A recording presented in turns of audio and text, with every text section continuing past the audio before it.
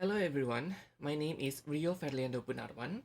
Today I want to present the journal article entitled Code Switching and Code Mixing in Internet Chatting between Yes, Ya, and Si, a case study by Monica Stella Cardenas Claros from the University of Melbourne and Neni Isharyanti from Satya Wacana Christian University Salatiga, Indonesia.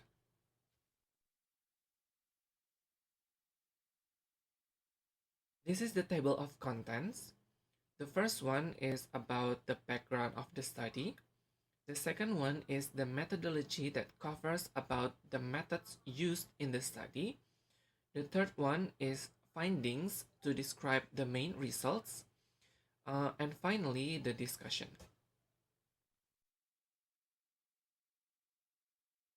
The first one is the background.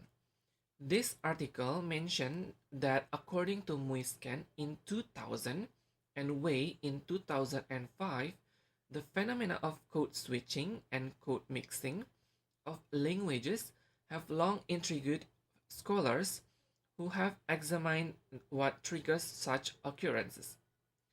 But most of the researchers use the data from face-to-face communication and bilingual activities.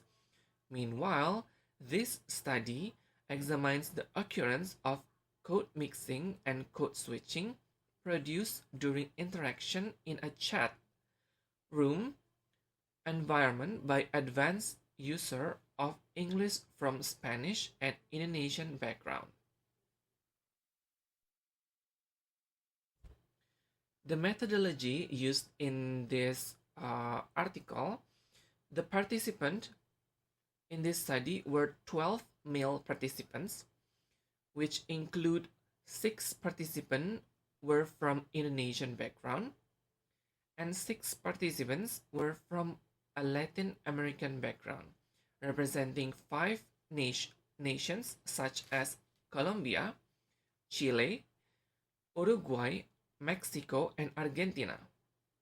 The participants were advanced speakers of English enrolled in different graduate school programs at American universities. In contrast to research on code switching and code mixing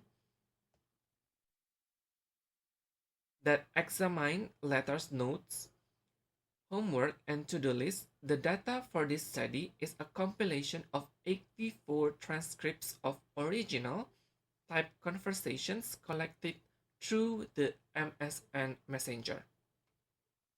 The data analysis for this paper, in the code switching, there are 3, including researcher-initiated switching followed by the participant, researcher-initiated switching not followed by the participant, and participant-initiated. Meanwhile, in data analysis code mixing, there are 3 data analysis, including insertion, alternation, and congruent lexicalization. So this is the findings. There are 4 findings. There are 4 main findings in the paper or in this study. The first one is what is the number of occurrence of both code switching and code mixing between linguistic backgrounds.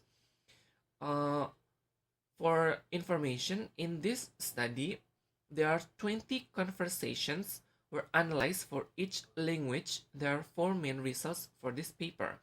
And the first one is what is the number of occurrences of both code switching and code mixing between linguistic backgrounds. The study found clear differences in code switching and code mixing between Spanish and Indonesian speakers. The Spanish speakers made 119 language changes, including 81 code switches and 35 code mixes.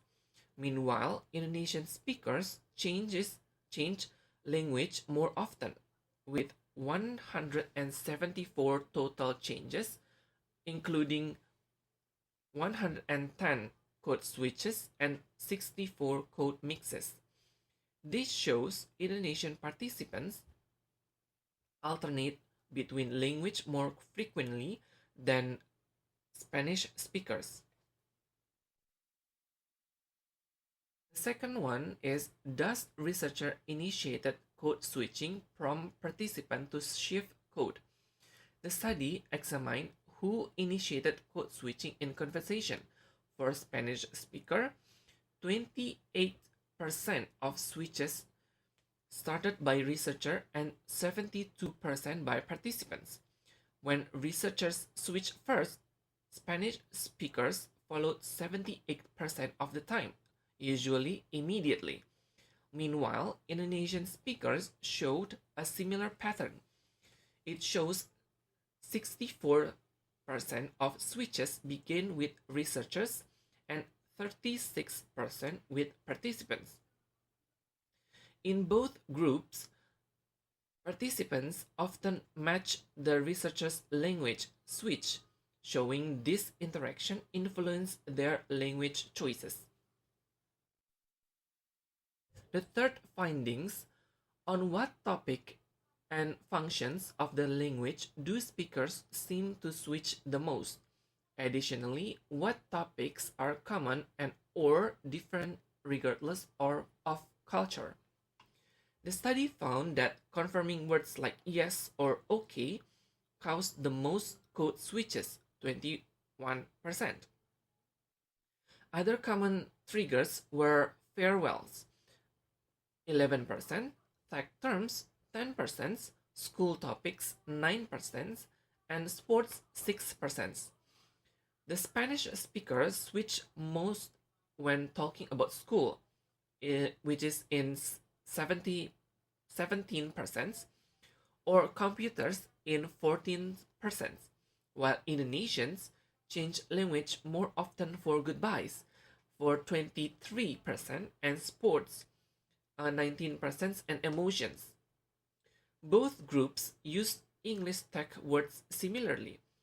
Some topics like money and music didn't cause switching in either group. The results show that everyday words and certain subjects make bilingual speakers switch language more often.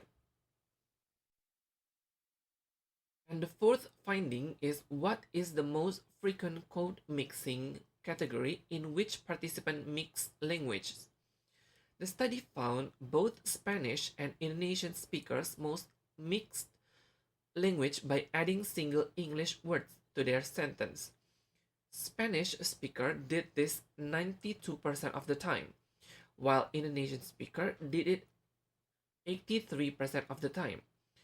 More complex mixing, like switching whole sentence or blending grammar, was much rarer, only 8 until 9% for both groups. This shows when people mix language online, they usually just borrow single words rather than making complicated mixes.